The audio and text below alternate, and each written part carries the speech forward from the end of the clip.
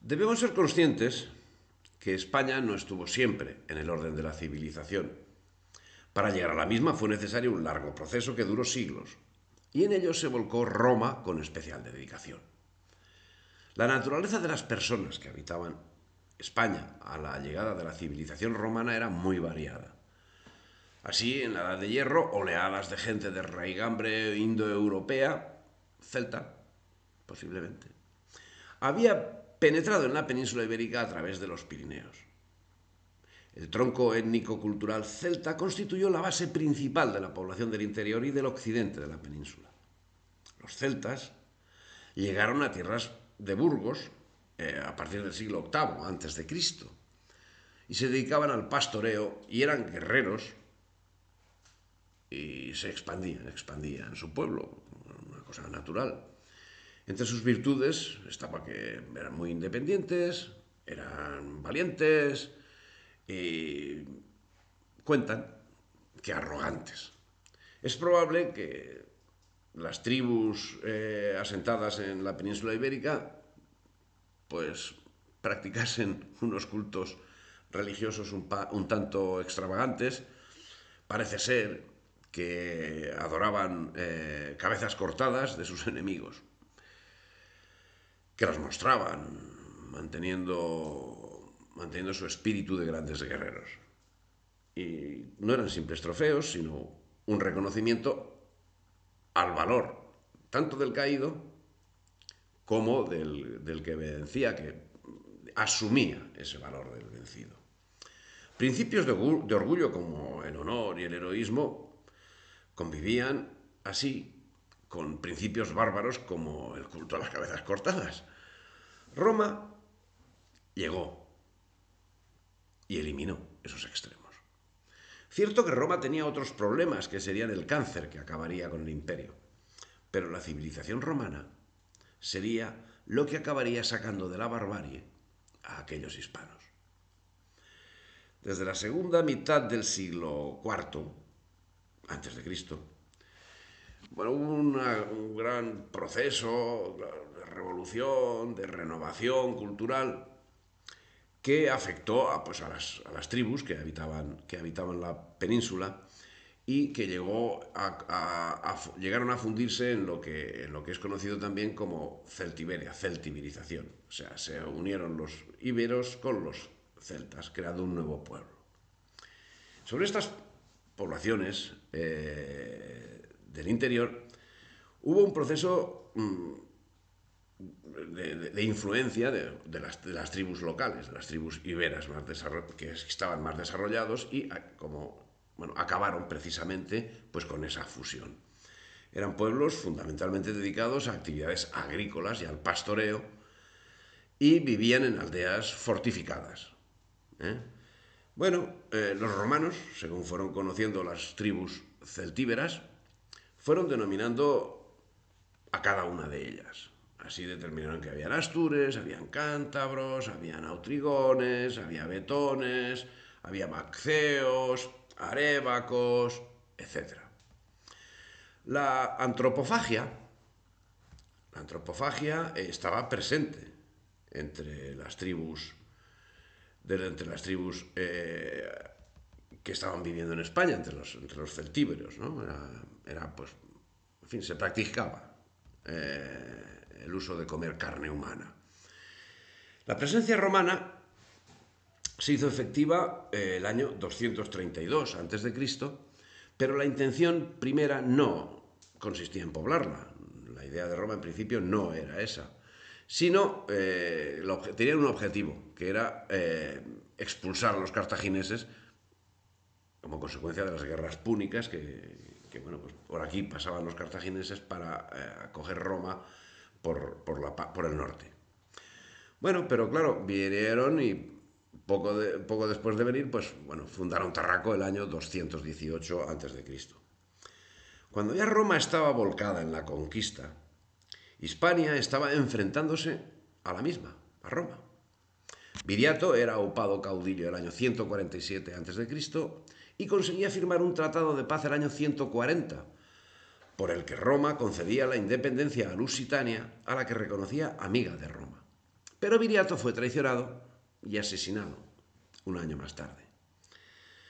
También en el año 133 se produjo un hecho que sería utilizado por los cartagineses como arma política contra Roma: el sitio y exterminio de Numancia, que llevaba 20 años enfrentándose con éxito a las legiones romanas.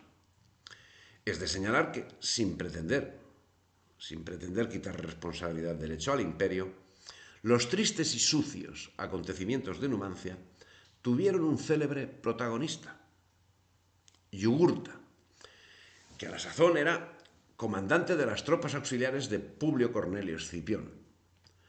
Era un númida que años después acarrearía serias complicaciones al imperio en África, donde finalmente Yugurta sería derrotado por Mario, otro protagonista de los acontecimientos de Hispania, aunque en un segundo término y más en el campo de las ideas que de la acción directa, ya que había fallecido cuando sucedió la sublevación de Sertorio. Afirman aquellos que culturalmente se encuentran en nuestras antípodas que diversos malentendidos provocados muchas veces por los historiadores españoles y los hispanistas conducen al neófito a llamar españoles tanto a Viriato en vez de Lusitano, a Pelayo en vez de Godo, a Averroes y Maimónides en vez de andalusíes. Bien. Personalmente reafirmo la tendencia. Son españoles, porque independientemente del momento en que llegaron a nacer, independientemente de su voluntad política, forman parte esencial de una trayectoria cultural y humana que los reconoce como españoles. Del mismo modo, podemos reconocer como español a Moctezuma o a los Banu Qasi de Zaragoza. Y del mismo modo nunca podrá ser reconocido como español, por ejemplo, Abderramán III o Almanzor, aunque por sus venas corriese sangre tan española como la nuestra. La diferencia, además de la señalada, estriba en que Viriato combatió en lo que ya era conocido como Hispania y era, por lo tanto, hispano, además de lusitano. Pelayo luchó por la reconquista del reino visigodo de España y Averroes y Maimónides entran en el ámbito de lo filosófico y de lo filosófico producido a través de la sangre hispana que corría por sus venas y por sus pensamientos. Razonamientos de la misma índole son aplicados a los otros nombrados y a los que permanecen en la historia, aunque aquí estén callados. Hablar de cada uno de estos personajes nos lleva a contradecirnos a nosotros mismos. Nos lleva a enfrentarnos a nosotros mismos, porque cada uno de ellos representa un hecho esencial de la hispanidad, de la romanidad. ¿Cómo una persona totalmente romanizada puede sentirse profundamente admirador de Viriato? Porque es la actitud de Viriato lo que admira y asume, como admirada era por el propio imperio. Lógicamente a Viriato le tocaba luchar y morir como luchó y como murió. Es el espíritu ibérico. Pero si acaso Viriato hubiese tenido la posibilidad de conocer mínimamente el interior del espíritu, de lo que entendemos por romanidad, jamás se hubiese enfrentado a Roma, sino que, como hiciese Moctezuma siglos después con relación a España, con toda seguridad hubiese abrazado el espíritu de Roma.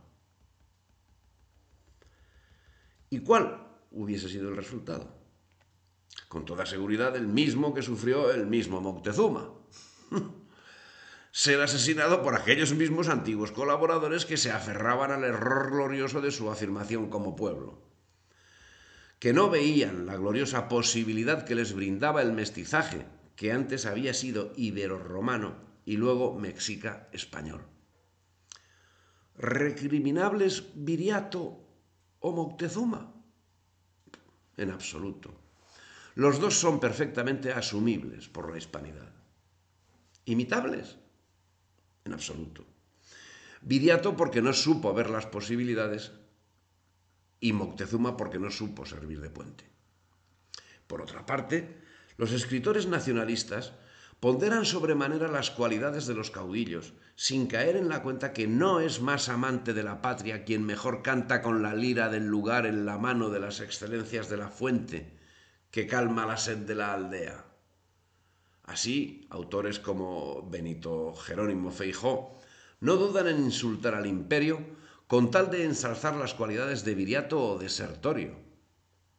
Flaco servicio le hace a la patria cuando denuestra las virtudes de quienes la constituyó como tal. La madre Roma. Y no es Feijó el único que encumbra a un personaje como Sertorio.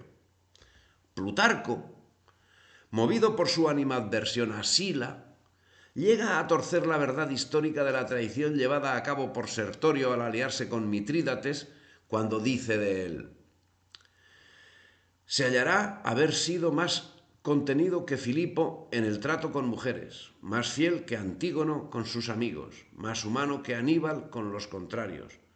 Y no habiendo sido inferior a ninguno en la prudencia, fue muy inferior a todos en la fortuna, la que siempre le fue más adversa que sus más poderosos enemigos. Y sin embargo, desterrado y extranjero, nombrado caudillo de unos bárbaros, fue digno competidor de la pericia de Metelo, de la osadía de Pompeyo, de la fortuna de Sila y de todo el poder de los romanos. Es mucha la literatura, muchas las investigaciones profundas y serias sobre un personaje como Sertorio. ¿Qué pretende aportar este trabajo? Nada. Pura divulgación de la historia. Puro ánimo de procurar el interés por el estudio de la historia. De la historia de Roma, de la historia de España, de la historia de la humanidad. Porque en Roma, en España y en la humanidad veo a mi patria, y al comprobar la triste situación en que se encuentra hoy, no puedo sino realizar un acto de introspección histórica, porque sólo el conocimiento de la historia de la patria nos dará la capacidad de llegar a ser libres, porque sólo el conocimiento de la historia de la patria nos llevará a conocer sus errores y sus virtudes y nos llevará a amarla hasta derramar la última gota de nuestra sangre, bien luchando por ella con las armas, bien luchando por ella con el conocimiento y contra la torpeza de quien desde el más absoluto desconocimiento niega por comodidad, pereza y felonía la grandeza que ha permitido la propia existencia de quien estúpidamente reniega de su patria, la más generosa que jamás se ha señoreado del mundo y que hoy está postrada por la incompetencia de sus propios hijos. Bien, si te ha gustado el vídeo, dale me gusta, difunde y suscríbete al canal.